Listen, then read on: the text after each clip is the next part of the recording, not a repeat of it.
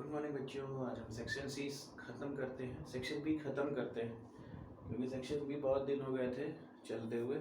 Section B आज ख़त्म कर देते हैं, फिर कुछ टॉपिक भी उठाएंगे, तब दोनों साइमल्टेनियसली चलता रहेगा टॉपिक के साथ ये सोल्यूशन भी। अभी सेकेंड ईयर का भी पेपर 7 जून को है, जो कि लास्ट पेपर है, वो भी कंप्लीट हो जाएगा, तो उसका भी सोल्यूशन कराएंगे। ठीक है, चलिए क्वेश्चन नंबर 8 बचा था सेक्शन बी का।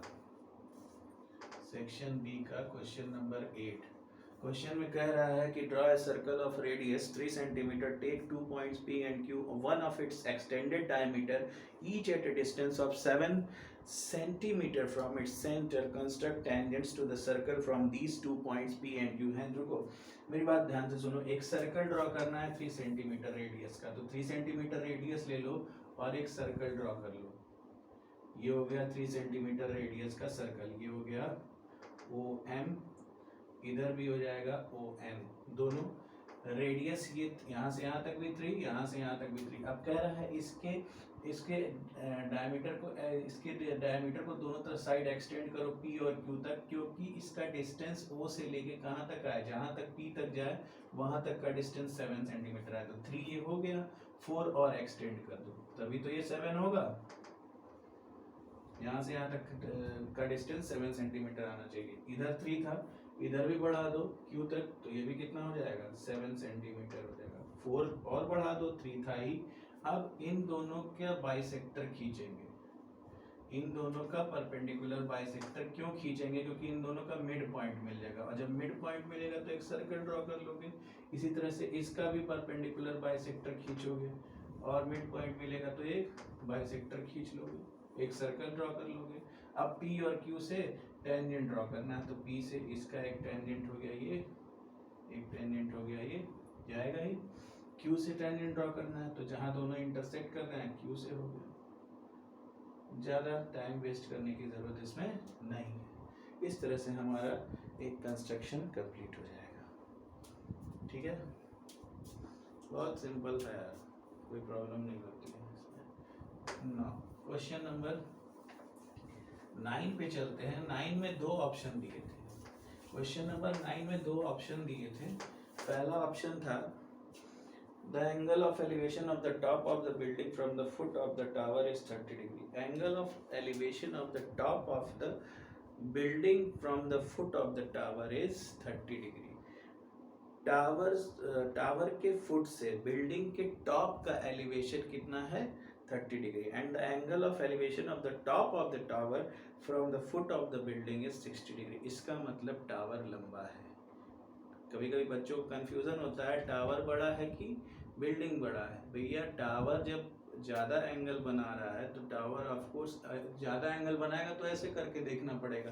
तो टावर बड़ा है तो हमको ऐसे करके देखना पड़ रहा है, टावर ही बड़ा है। ठीक है, टावर बड़ा है इसलिए वो 60 डिग्री बना रहा है बिल्डिंग की फुट से। ठीक है, ध्यान से देखना, ये सब चीज़ें समझनी पड़ेंगी तुम्हें खुद से प्रैक्टिकल करके। किसी दीवार के पास जाओगे तो एंगल बढ़ता जाएगा, किसी दीवार से दूर होगे तो एंगल सब्ट्रैक्ट तो कम होता जाएगा, डिक्रीज करता जाएगा। जैसे जैसे हम दीवार के पास जाएंगे हम ऐसे सर करते जाएंगे। ठीक है, ये सब चीज़ें बट नेचुरल्स हैं, इनको समझना चाहिए आपको।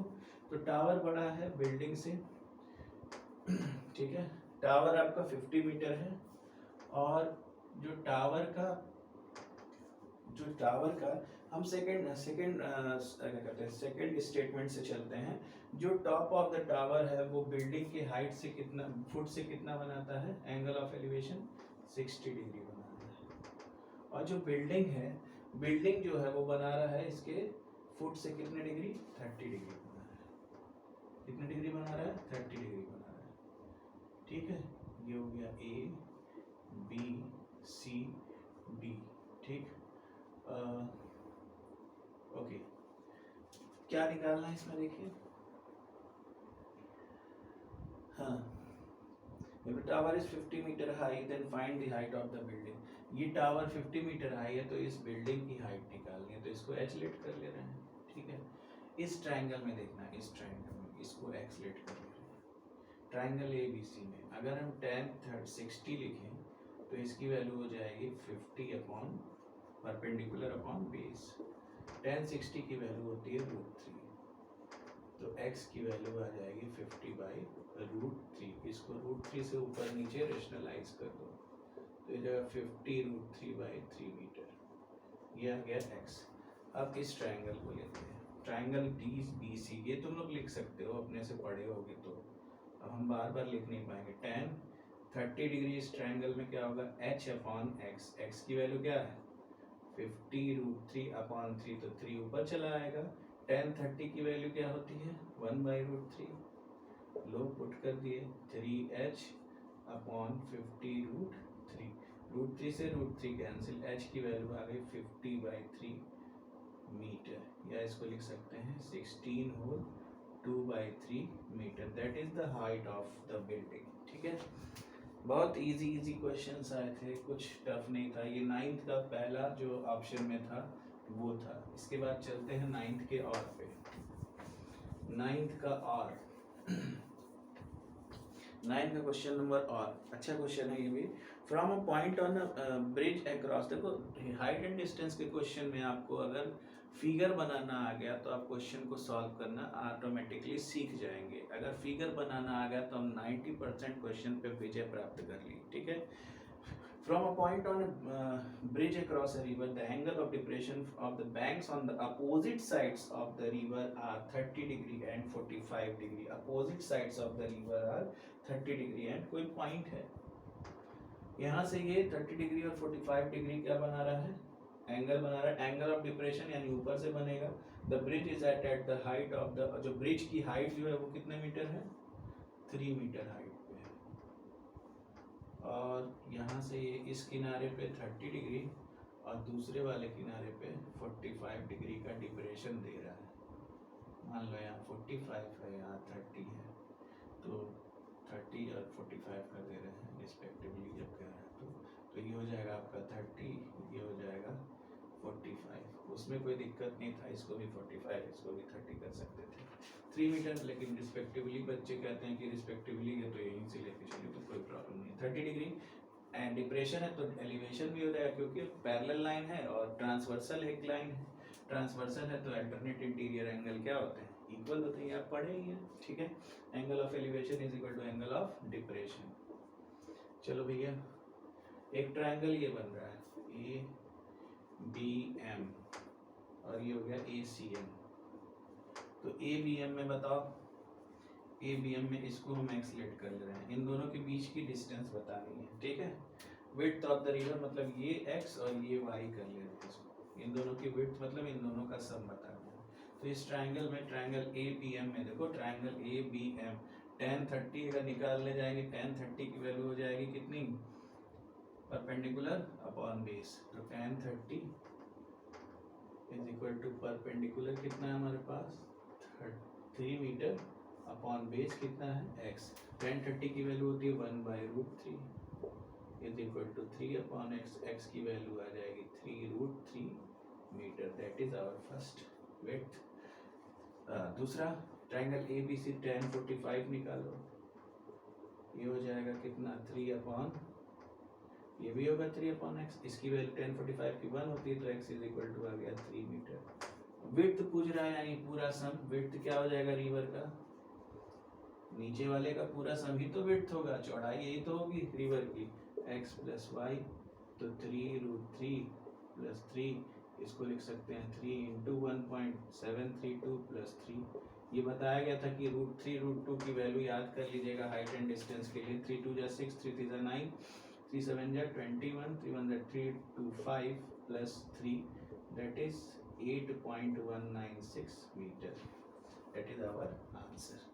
तो सेकंड खत्म ही हो चला है, एक क्वेश्चन और रह गया है जो कि आपका स्टैटिस्टिक्स पे है, स्टैटिस्टिक्स पे है, इसको भी बता के खत्म ही करते हैं। मीन निकालना है, ये भी खत्म हो जाएगा, फिर सेक्शन भी एकदम आज खत्म। ये हो गया होगा, इसमें कोई प्रॉब्लम तो अब है नहीं, फिगर बन गया तो हाइट एंड डिस्टेंस हो गया। नेक्स्ट क्वेश्चन है, हमको लगाना नहीं है बस समझाना है। इसमें डेली वेजेस दिए, एक्सपेंडिचर दिया, नंबर ऑफ एम्प्लॉय, मतलब 100 से 120 तक खर्च करने वाले एम्प्लॉय कितने हैं 8 हैं, 8 हैं।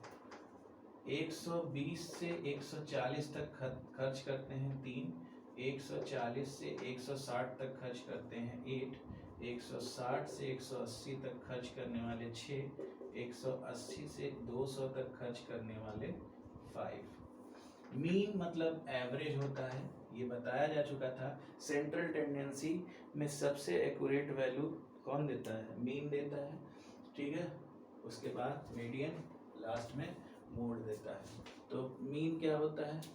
जस्ट एन एवरेज, मतलब 120 से 140 तक जो है खर्च करने वाले आदमी कितने हैं? 8 रुपये। 120 से 40 तक खर्च करने वाले आदमी कितने हैं? 3 लोग हैं, एम्प्लॉई हैं। तो इस तरह से डेटा दिया हुआ है, हमको इसका मीन निकालना है। तो मिड वैल्यू हम निकालते थे, क्लास इंटरवल है, इसका मिड वैल्यू इसके जस्ट बीच में आएगा 110, इसको एक्सआई बोलते हैं। इसके जस्ट बीच में आएगा 130, इसके जस्ट बीच में आएगा 150। ये एक्सआई का कॉलम आपका हो गया 190। इसके बाद एफआई लिखते हैं, जो है फ्रीक्वेंसी दी हुई है 8, 3, 8, 6, 5। इसके बाद कॉलम बनाते हैं एफआई एक्सआई का। एफआई एक्सआई का मल्टीप्लाई करके यहाँ लिखते हैं, सुन लो, हो जाएगा। एफआई एक्सआई का मल्टीप्लाई करके लिख के यहाँ पे समेशन लिखते हैं।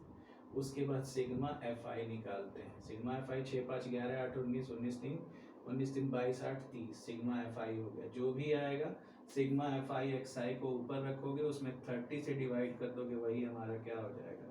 मीन हो जाएगा। तो ये सब तो यार तुम लोग कर ही सकते हो, कर लेना, फिर आगे सेक्शन ही समझाएंगे। Okay, bye.